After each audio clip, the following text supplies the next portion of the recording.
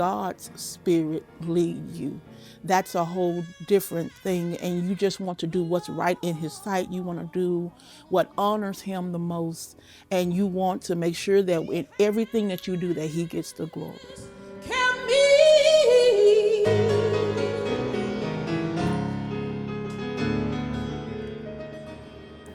Can you state your name for the camera, please? Tiffany Mosley. And what do you do? I am a gospel singer. I need to be able to hear. You need headphones or something? You know, I need to be able to hear myself. I'm hearing more piano than me. I'm Gregory Kelly. Several churches, I'm the minister of music. Most of the work that I do is teaching people the love of gospel music and going around the world spreading gospel music. I have my own gospel tour as well that I do in Germany. So my whole life is ministry and music related.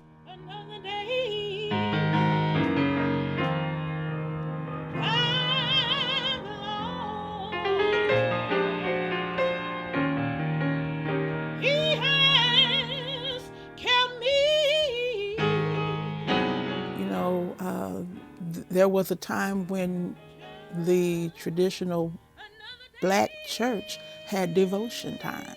It wasn't always praise and worship. There was a song, or there was a hymn, a congregational song for everyone to sing, and it was all sometime improv.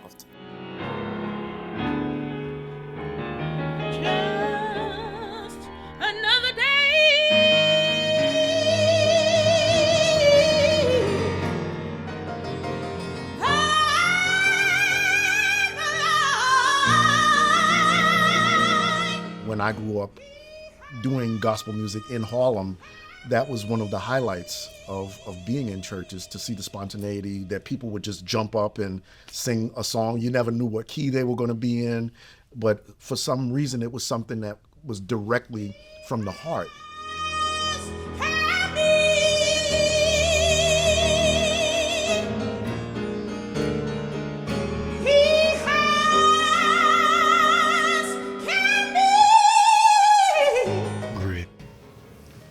Can you tell us a little bit about Just Another Day? Just another day. Just Another Day That the Lord Has Kept Me is basically a song of affirmation to say that we've been through some stuff, we've been through some hardships, some pain, some trials, some tribulations, but at the end of the day, we know that we come forth victorious because we're on the Lord's side. So it's just one more day.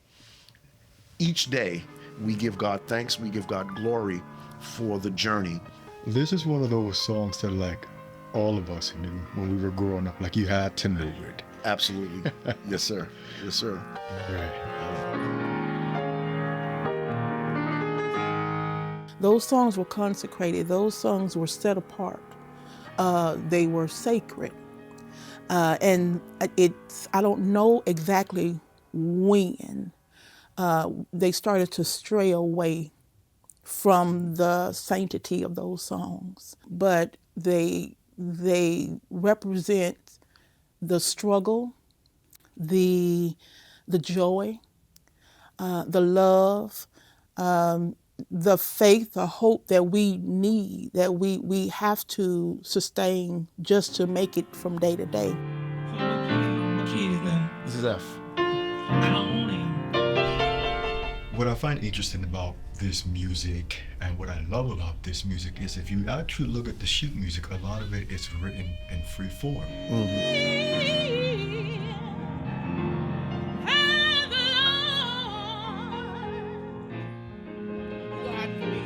You got to speed that part up. Okay. When I said the Lord, take me off. Okay, so no, that too. Just the Lord. Okay, so second time. Do it again. The hymns are scripted and have the hymn book has the notation and everything. But you're right, it's a lot of free form, which means that every musician has the ability to be able to create it using the same chords, but as he feels to do. Now, you getting on the side of beat. No, I'm not.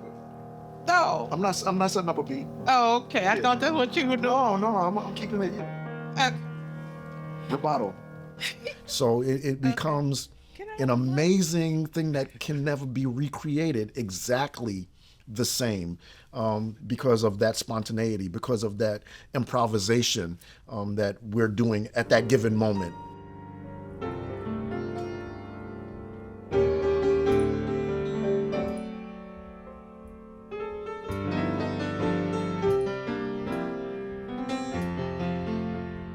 The piano should always be in the background and the singer should be to the forefront. We're here to assist a singer as they travel through that realm of spontaneity and creativity and improvisation. So my job is to make sure I'm supporting but not overpowering a singer as I accompany them. What's your key, Tiffany? With that song, I like E. And what key we gonna do this in? I'm gonna try it in F, and if she's not comfortable in F, then we'll try to put it in E. Well, why don't I just start and you just catch me? What does that But you're mean? gonna start it in E. That means that when I started, I'm starting off in a key that I feel I'm comfortable in. So wait, yeah, you start. And then most musicians, they just catch you. They'll catch pick you. it up. And that's actually a part of what we do in church. We don't, when everything is not scripted, soloists like her will get up and just sing it, and the musician's job is to find and to accompany, as I said earlier. How do you know what key the singer is in? How can you just pick up on that? It comes from a lot of practice, but for me, like if she does, what would you say? I know that. I know that would be the number 5. Or if she, so I know that I'm, again, an understanding of music. So that's E flat scale. So she's starting on the 5 of the scale. So same thing if she starts it in, just give me any random key. I'm gonna show how I can find that 5. Go ahead. Okay. Shotgun. So that's, I'm starting on the 5 of F. That's actually F right there. So shotgun.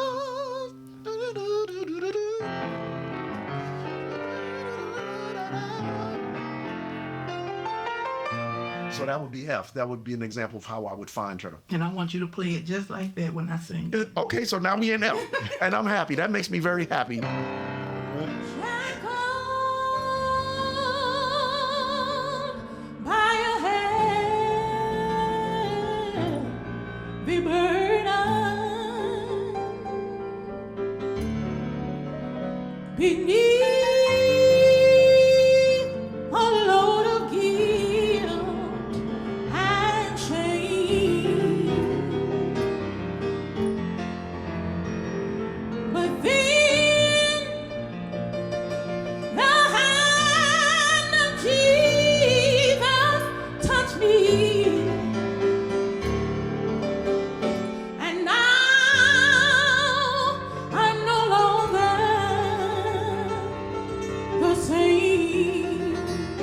To let the Spirit lead you. My music originated from improvisation. I never was taught that this is this and this is that. I sat at a piano and I was prayed over, but as I learned more, I wanted to get more education on what I was actually playing, that I didn't even understand what I was playing. So I wanted to understand it more. So of course I got more education, but it's so important to be able to connect to what you feel in your heart to do.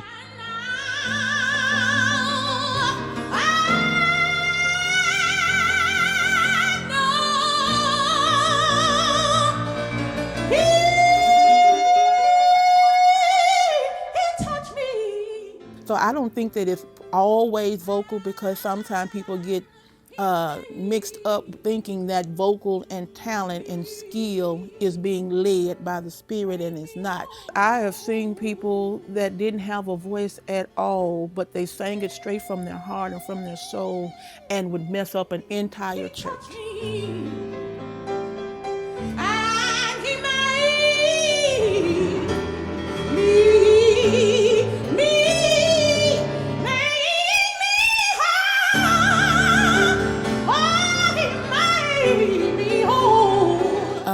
a lot of it has changed now. So you don't get a lot of improv, a lot of call and response songs for devotion. You mainly have structured services, mainly because a lot of the churches are on a time schedule. They have more than one service. When you listen to a praise and worship song, you have an A section, a B section, a C section. It's laid out, it's mapped out. The spontaneous gospel, on the other hand, is, I feel like I want to do A again. I don't have to stick to a structure. I want to sing that part because that part ministers to my soul, but it also ministering to the people. So to be able to do it not because of the structure of it, but because of what you feel in your heart, because you feel the connection to the people and to what it does for you, is what I feel is what's missing.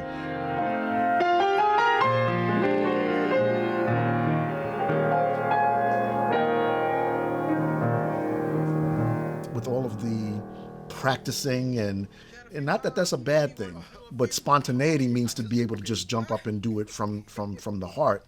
I think we take away a lot of the heart connection of what the gospel church does for people. Another day. You got a lot of people that do a lot of showboating and overkill on songs and want to be seen, and that's not spirit-filled, that's not spirit-led. But when you have God's people in mind and you really want to do what's pleasing in His sight, a lot of that stuff don't matter. It just doesn't matter at all. We have lost the art form now to communicate on the fly. You didn't have to have a whole band. You didn't have to have the bass player. You didn't have to have, it just would come from the heart with a stomp of the feet and a little clap of the hand. But that was what gospel originated as, was something that was more emotional, and your body became the instruments, the clapping, the foot stomping, humming in the background. They would just pick it up spontaneously and harmonize to it. So it's really important to our history, I would say. Everything's slow, a lot of space. And action.